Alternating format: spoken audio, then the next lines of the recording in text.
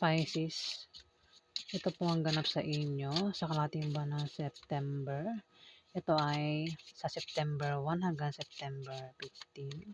Kung hindi kayo ang tinutukoy, maaaring ibang Pisces po ang tinutukoy sa reading na ito. Okay ba? So, simulan na po natin. Ano ang ganap sa mga Pisces sa kalahating buwan ng September?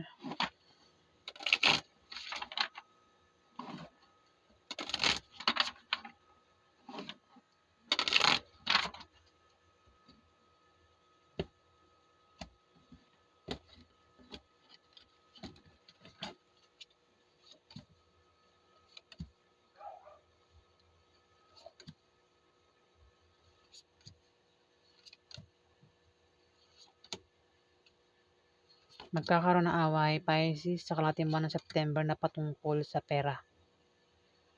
At ang maaaring makaaway mo ay isang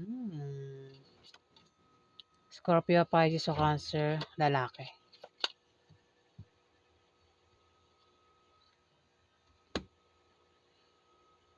Pwedeng ang pag-awayan ay gastusin araw-araw o gastusin sa mga anak. Pwedeng kayo ay mag-asawa. O pwedeng kayo ay mag-inang, magkapatid, Pisces, magkaibigan, mag, kamag-anak, kung ano pang relasyon yung dalawa, Pisces, ng taong ito. Patungkol daw sa pera, ang pag-aawayan nyo. Pwedeng utang, kung ano man yan na problema sa pera ang pag-aawayan nyo, ayan, magkakaroon daw ng away sa inyo na patungkol nga sa pera. Pero, malulutas din naman, Pisces, yung problema sa pera. Meron ditong Libra, Aquarius, o maring ito ay Gemini, ang zodiac sign, at maring ito ay babae. May tao rito yung makakatanggap ng blessing sa kalahating buwan ng September. Pwedeng ikaw, Pisces, o itong Libra, Aquarius, o Gemini. Pwedeng ito ay makatanggap ng pera, pagkain, o maring gamit. Alin man sa inyong dalawa, Pisces, nitong Libra, Aquarius, o Gemini. Maaari din naman na may tao dito, Pisces, ang nagkaka-interes sa'yo. May gusto sa'yo, Pisces. Pwedeng ligawan ka. O baka naman ikaw yan, Pisces. Baka isa kang lalaking Pisces, meron kang magustuhan, gusto mo ligawan ng taong ito, Pisces. Ayan. Pwedeng isang Libra, Aquarius, o Gemini na babae ang maring nagugustuhan mo o siya yung may gusto sa'yo dito, Pisces. Meron ka raw ka-partner sa negosyo o maring ito ay katrabaho mo, Pisces. Pwede rin ito ay member ng pamilya mo o ito ay asawa mo mismo na kasama mo sa negosyo mo o ito ay katrabaho mo, Pisces. Ito daw ay maring bigyan ka ng problema sa kalahating buwan ng September, Pisces. Pwede rin na ito ay co-opposite sex mo. Ayan. Kaya ingat ka sa kanya. O sino man ito, Pisces, nakatrabaho mo nga o ito ay kasama mo sa negosyo mo. Four of Hearts, meron kang pag-travel sa kalahating buwan ng September. Ayan. Kung ano man dahilan ng pag-travel mo, meron ka raw pag-travel dito, Pisces. Ikaw lang nakakalam kung anong dahilan. Dito may 9 of clubs. Maaari ka raw makapag-asawa ng mayaman kung single ka, Pisces. Pero kung ikaw ay may asawa, maaaring asawa mo mayaman, Pisces. O ikaw yung mayaman. Maraming Pisces ha. Hindi porket sinabi kong Pisces ay mayaman, ikaw na yun. Maraming Pisces eh. Maaari din daw na kayo ay bigyan ng mana ng kamag-anak nyo. O kayo ay bibigyan ng pera dito sa kalahating buwan ng September. Meron daw magbibigay sa inyo ng pera, Pisces. Try nyo rin daw tumaya sa lotto, games, raffle games, o kung sasali kayo sa contest, sports, maaari daw po kayo manalo. Kung meron naman kayong negosyo, Pisces, may paglago sa negosyo nyo, may pag-angat. Ikaw daw ay matitempt, gumawa ng masama, o ikaw ay matempt, gumawa ng mabuti dito, Pisces. Sa kalahating buwan ng September, ikaw lang nakakalam kung ano yung binabalak mo dito. At maaari ka raw may stress. Kung may stress ka, magpatingin ka sa doktor. para hindi lumala ang stress mo, Pisces. Kung ikaw naman daw ay lumalabas sa gabi, Pisces, ingat ka daw sa paglabas-labas mo sa gabi. Hindi yan pananakot, yan ay pinag-iingat lang po kayo ng card. Meron ngang paparating sa inyo na pera, Pisces, sa September 1 to September 15 na hindi nyo inaasahan. Pwede manggaling sa kamag-anak nyo o kung kanino pa yan galing, yung pera na yan, Pisces. Maaari din daw po kayong yumaman. Ayan, sa kalating buwan ng September, ayan, gumawa kayo ng paraan para kayo yumaman. Pisces, baka ano, kasi may mga tao talagang biglang yaman eh, di ba? Yun talaga yung sasabing himala, bigla kayo yumaman sa araw na yan. At swerte mo talaga pag bigla kayo yumaman. Maaari din nga na kung meron ka negosyo, may pag-unlad sa negosyo mo. Ayan, Pisces. Alamin pa natin yung ganap sa inyo sa kalating buwan ng September. Ano pa ganap sa mga Pisces sa September 1 hanggang September 15?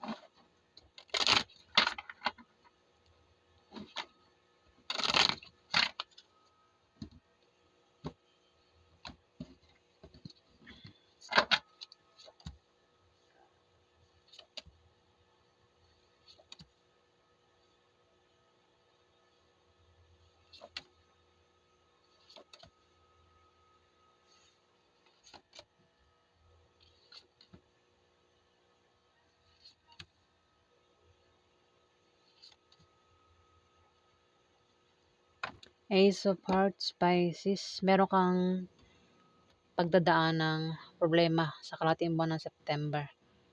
Maring ikaw ay magka-problema sa pera, Pisces. Maring ikaw ay magka-problema sa pera, sa pamilya mo. Maring sa pag-ibig din, Pisces. Baka ikaw ay may gulong kakasangkutan dito na patungkol sa pera, Pisces. Pero madulutas din naman yung problema sa pera kasi ikaw ay magkakapera dito, Pisces. May paparating na pera.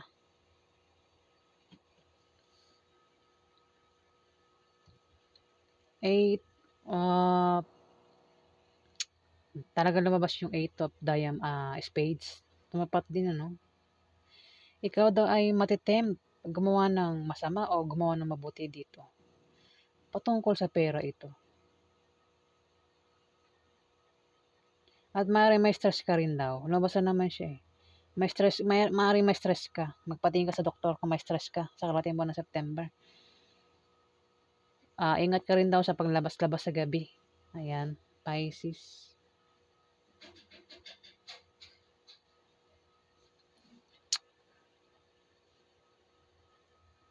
Matitempt. Ano kaya yung naisip niya, mukhang nagbabalak kang, ang iba sa inyo, Pisces, ay maaaring magbalak magtayo ng business sa kalating buwan ng September patungkol sa kaperahan. Yun. Ikaw ay matitempt gumawa ng mabuti dito. Yun nga, maaaring nagbabalak kang magtayo ng business, mag-apply ng trabaho, kung wala kang trabaho. Maaaring ikaw ay mag-sideline, Pisces. O mag-invest, basta patungkol sa kaperahan, yung binabalak mo dito para yung pera mo lumago dito, Pisces. At kaya naman dito, may tao rito. Lumabas din naman siya, Libra, Aquarius, Gemini. Pwede ito ay nanay mo, ate mo, anak mo, auntie mo, kaibigan ng nanay mo na naging ka-close mo, o kung sino pa ito, Pisces, babae, Libra, Aquarius, Gemini.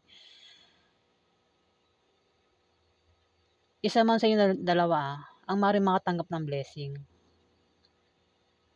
Maaaring makatanggap ng pera, o maaaring pagkain, o maaaring bagay yan, Pisces. Kung hindi naman, may tao rito, Pisces, ang nagkaka-interest sa'yo, may gusto nga sa'yo. Pwedeng, kung lalaki kang Pisces, pwedeng ligawan mo. Itong natitipuhan mo, Libra, Aquarius, o Gemini, babae. Baka siya may gusto sa'yo dito, Pisces. Away sa pera ito. Pero, malulutas din naman yung away sa pera dito sa kalating buwan ng September.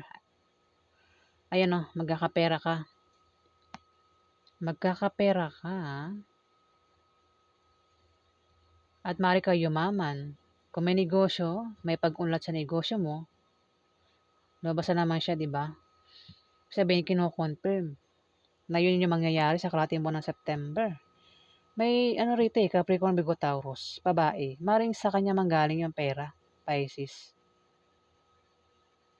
Pwedeng ito'y asawa mo, nanay mo, ate mo, boss mo, kaibigan mo, kamag-anak mo, Pisces. O kung sino pa yan, Capricorn, Virgo, Taurus, babae. Maring sa kanya manggaling yung pera. O kung ano man niya yung ano, ibibigay niya rito, Pisces. Ayan. Alamin natin yung outcome. Ano pa yung outcome sa mga Pisces sa September 1 hanggang September 15?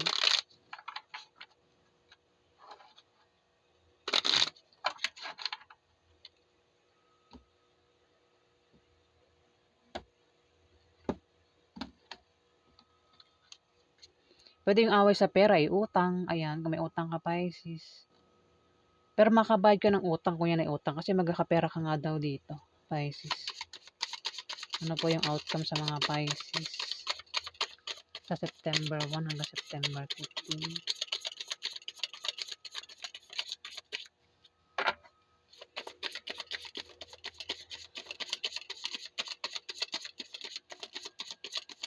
Pwede rin gastusin araw-araw yung problemahin dito. Basta nga patungkol nga sa ano, kaperahan yung problema. Gastusin sa mga anak.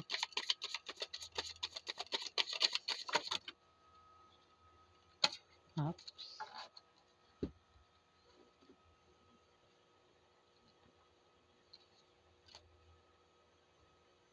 May ano, third party dito, Pisces. Oh.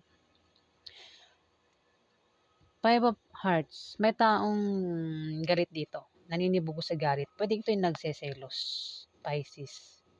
Pwede ikaw, maaaring yung karelasyon mo. Alin man sa yung dalawa may ano, may third party. Nagseselos ang tao dito. Pwede ikaw nga kasi wala man tao rito kundi ikaw lang nandito eh. Sa'yo reading to eh.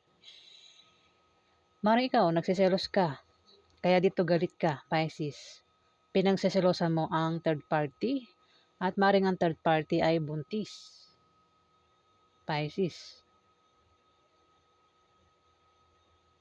Maaaring buntis na yung third party. Pwede rin naman, Pisces, na ikaw yung third party at maaaring buntis ka na dito.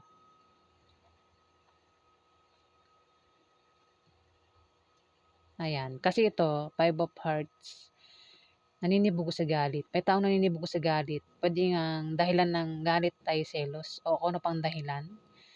Pero mukhang selos kasi may third party rito eh. Ang third party, pwede ikaw yung third party o yung karelasyon mo yung third party. Baka ikaw galit ka sa third party, Pisces, kung meron kang third party. Pwede rin naman na kung may asawa ka, baka asawa mo may third party o ikaw yung may third party. Tama ba? O ikaw yung third party. O yung asawa mo may third party. Ayan, basta may third party. Bahala na kayo kung sino yung third party. Kayo nakakalam kung sino yung may third party rito. At Five of Diamond, may buntis daw dito. Pisces, pwede ikaw yung buntis. Kung lalaki kang Pisces, pwedeng asawa mo buntis. O member ng pamilya nyo buntis, pwedeng anak mo o kamag-anak mo buntis dito. O pwede naman third party buntis. Ayan, basta may buntis dito.